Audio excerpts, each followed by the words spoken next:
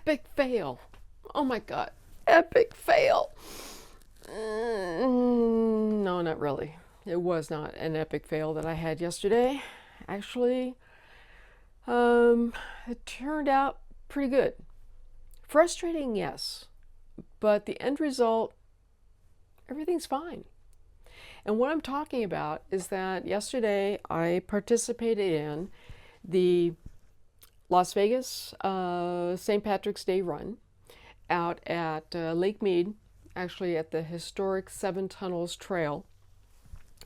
I opted to do the 1 mile walk, which was a part of my overall training for this year, because I am looking at doing 1 miles and also 5Ks. And I have a race coming up in a couple weeks that is basically a mile and couple of it shorter distances. So I was all set, ready to go. I had started my watch. Well, let's put it this way. I had set it up to keep track of my walk, which means it was at least showing me how far I have gone and the time. Though I'm really going to follow what my finish time is. So I kind of got started late. The walkers and started with the 5Kers. But I had been talking to a buddy of mine whom I hadn't seen for a while, and he wasn't racing. So I get going and I make note of my time when I cross the timing mats, 8:03 a.m. Now, for some reason, I did not press the start button on this. And I did not realize that until I was already up on the trails a ways. And to start out with, there is a grade. It's not a hectic grade. It's not a really tough grade. But when you're putting forth the effort, it's like I'm feeling it. And I'm passing a lot of people. And there's a lot of people who are walking anyway, who are either doing the 1 mile or they may be doing a 5K. But this is a St. Patrick's Day event. They're just having fun. But I'm passing a lot of people.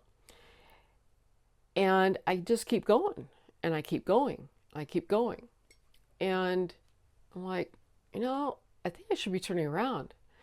And I was keeping an eye on my watch. And I gave myself a 24-minute time to do 1 miles. And that's because I'm on dirt, which I'm not real comfortable on dirt. And also the first half is uphill, so I'm going to be slower anyway. And my training had been kind of not where I wanted it. So I gave myself some extra cushion. So knowing I'm going uphill, it's going to take a little longer. So I figured, well, about the 12, 13-minute mark, I should be turning around. Right? Well, I never saw it. And I kept going. Never saw it. And the clock on my watch is like, it's getting later and later and later. I must have missed a turn somewhere. Probably because I didn't see it because of all the people who are on my right. Because this is a kind of a narrow path where you can't just have signage in the middle of the road. It doesn't work that way. It's not like having a race on an actual street. So when I get to this one point in the course where you kind of make a sharp right and you have a beautiful view of Lake Mead, that's why I turned around. And while I'm catching my breath, I'm fiddle farting around with this. I get it to start. Now it's tracking my walk. So now I'll know, well, what is my distance from the time about where my turnaround is? And just about the point where I got to 0.4 miles as measured on my watch, that's where I saw the directional sign was flat on the ground. So I will have done almost a mile more by the time I finish. Not a big deal. though I had wanted to stay within a mile because that's where my training's at. But it's like, oh, well, whatever. But my point is with this is that even though this did not work the way I had wanted it to, and that I was relying on directional signage on the course, by knowing what my time is on average for a particular distance, and having been out at this particular venue many, many times over the last 10-15 years, I had an idea of where I was at on that course. And so instead of having to rely on outside sources, I was able to have a reference point because I knew me well enough. Well, I come to find out later on that the additional course markers on the course for the 5K, and then later on for the 12K and the half marathon, those directional signs were also flat on the ground.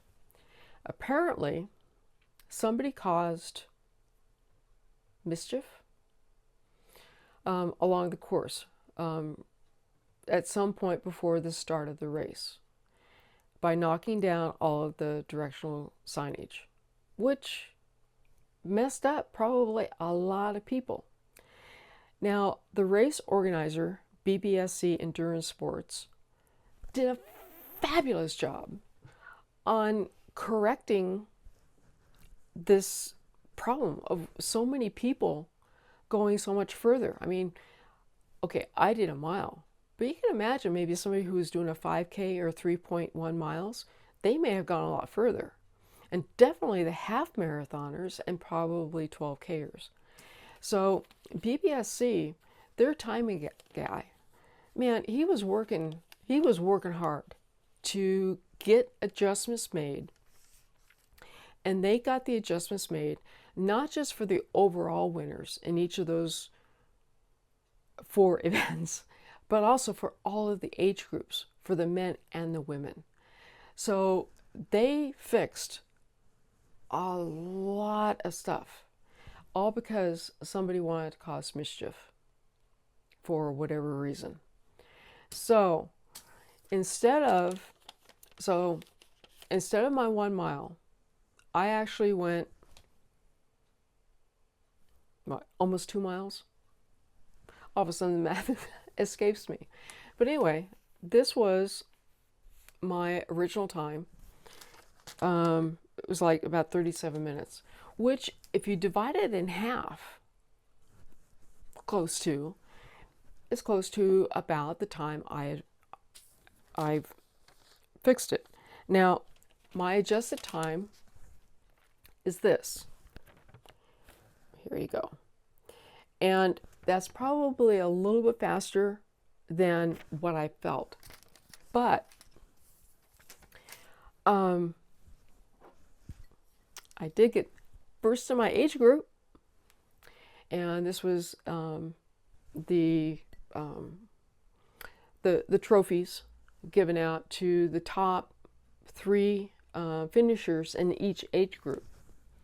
Well, a little bit later on, anyone who crossed the finish line got a finisher medal. Yeah, there we go. So cool, because I love pint glasses. Well, later on, I'm still yakking and all that, and we're all talking about, our times and stuff, and how one gal, she was very upset about the whole thing. And then she realized, well, wait a minute, I still have a time. I kind of know how far I went. Okay. And so, things worked out. And as I was leaving, one of the guys with BBSC chased me down and said, Bonnie, we got things fixed. Winner overall. I repeated from last year because I got first overall in the walk last year as well. So did I have an epic fail? Was there an epic fail at that race? No, because of two things. Number one, I had an idea of my own capabilities. And if you're starting out, you won't know what your capabilities are.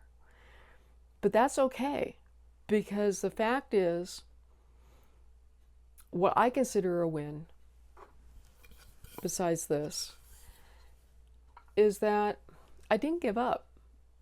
I didn't give up when things got frustrating. And it was more of a frustrating situation than anything else. I mean, you and I, we are not running for big prize money. We are not doing this as our livelihood, where, we could lose $1 million over a millisecond. That's not where we're at. We're slowpoke divas. We're doing this for the fun of it. And yes, I use races to evaluate where I'm at in my physical training. And that's just one part of it. Like I said, I got started late on my race because I was talking to a friend. We do this for fun. We do this for our social connections, for friendships, and to cheer each other on. And, to share those stories about how our race went or didn't go. Because a lot of times things don't go according to plan. And so if we look at these races as a way to enjoy life, to meet new people, make new friends, see friends, and continue on that journey, that's really where the fun and success is. So, epic fail? Oh, heck no. An epic fail would have been if I hadn't shown up. And I'm so glad I showed up. So, something to think about. Until next time, keep moving.